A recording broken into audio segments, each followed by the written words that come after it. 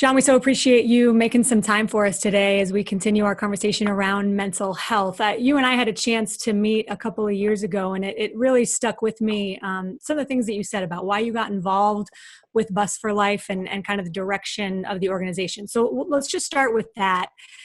It's an organization, as far as I understand, it's been around for about 15 years or so, and its original purpose was to help former Colorado athletes and their families deal with a wide variety of medical problems. But a couple of years ago, you guys kind of refocused your efforts to look at suicide prevention specifically. What sparked that change in the focus of Buffs for Life? Yeah, a lot did. I think in kind of the football ecosystem anyway, we've really seen more and more people start to open up about how they feel and some of the things they process when they come in a sport, out of sport, what gets them competing at their best, but then also what happens when the lights turn off, right? And identifying with that persona, again, having to recreate yourself at 22, 23 years old, maybe 30, maybe 19. And we started seeing a trend in the athletes we were supporting. As you said, we've been in operation for about, at that time, I think 14 or so years, and had seen more mental health topics pop up that were a little unexpected. We had that, and then two unfortunate suicides from our stakeholders, right? Rashawn Salam was about 3 months ahead of one of my teammates, Drew Walrus. And that kind of shined the light right in our face, and I think a lot of other people's as well, that, as tough as we are, there's also some parts that we tend to ignore. I think mental health is one of them. So you talked about when the lights get turned off. How was it for you when the lights got turned off?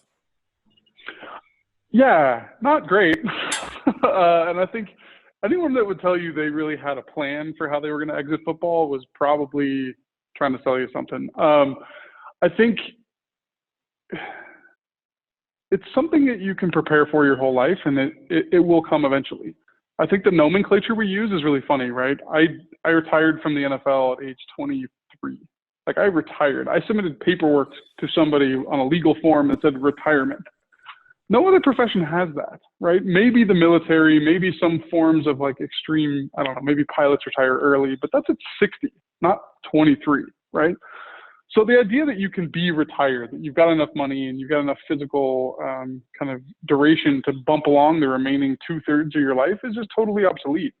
So my wife calls them my lost years when I was kind of finding myself. I would love to say I pursued Eastern paths, but I think, being young and energetic, I would say, chased some false idols and, went down paths that weren't accretive, right? Luckily I had a lot of great influences in my life, got a chance for someone to give me a job and have me go do something and be productive.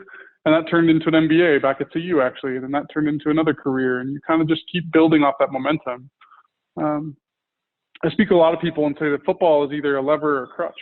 It'll be the best thing you've ever done and always be holding you back, preventing you from doing something greater, or it'll accelerate you and bring you up and out and give you more access and give you more of a platform, give you a better story to tell. And I think that's something that a lot of people take advantage of. But yeah, we're just starting to shine a light on those kind of crutch moments, if you will.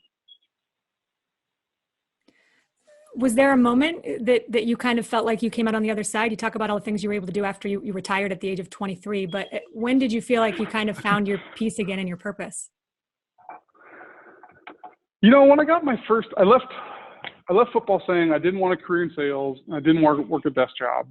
And I think those were just ways of me hiding.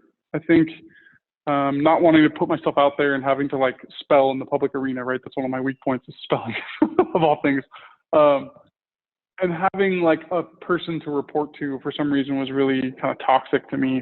But once I really swallowed my pride and went and took that first job and sat at the desk and realized all the cool stuff you could do from behind a keyboard, that's when things started to turn on for me, that your life can be so much more than like running into things for a living.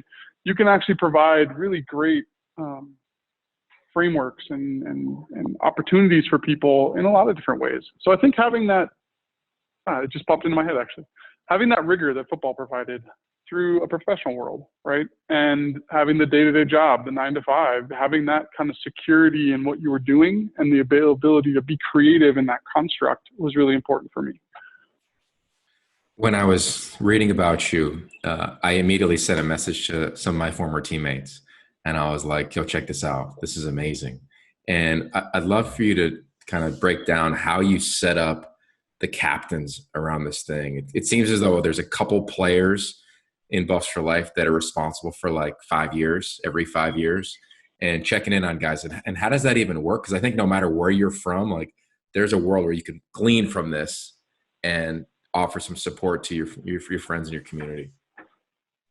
Yeah, so I'm always going to be a Buff, right? And I care very, very diligently about my school, my program, my teammates, and all that. But that's still just a logo, right? The reason that logo is fulfilling and has power for me and has power for everybody else, whether it's the Yankees or the Black Sox, right, is because there's a shared camaraderie, right? There's a shared experience there, and that logo is just a representation.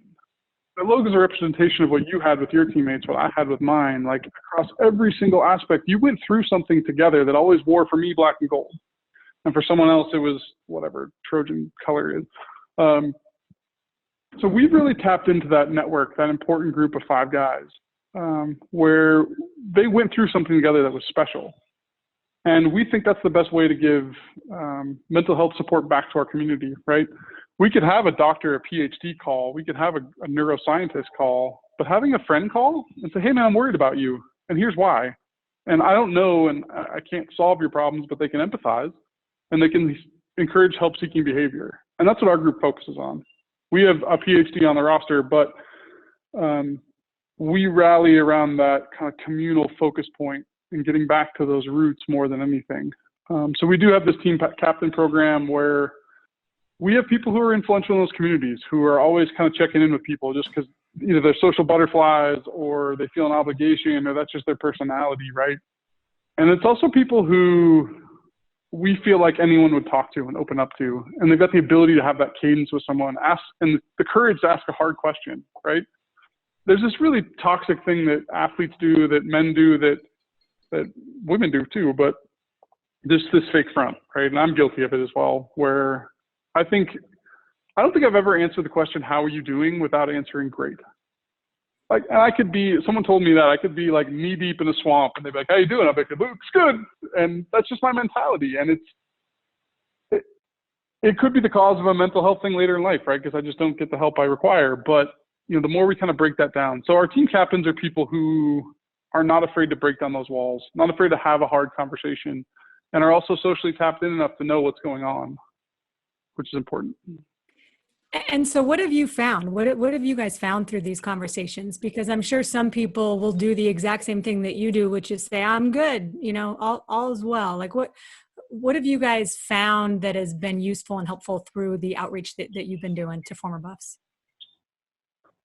What I found is that community of 5, those guys you went through, that you sat around your locker, right? Your linebacking core, your pitching staff, your third baseman, your gymnast, whatever it is. Every one of those 5 people is always bonded. And regardless of the situation, regardless of the outcomes, people want to hear from that group again, right? They want to have that connection to someone that, hey, you knew me at my best. You knew me when I was thinner, when I had hair. You knew me when I was a world beater. Like, let's get back to that.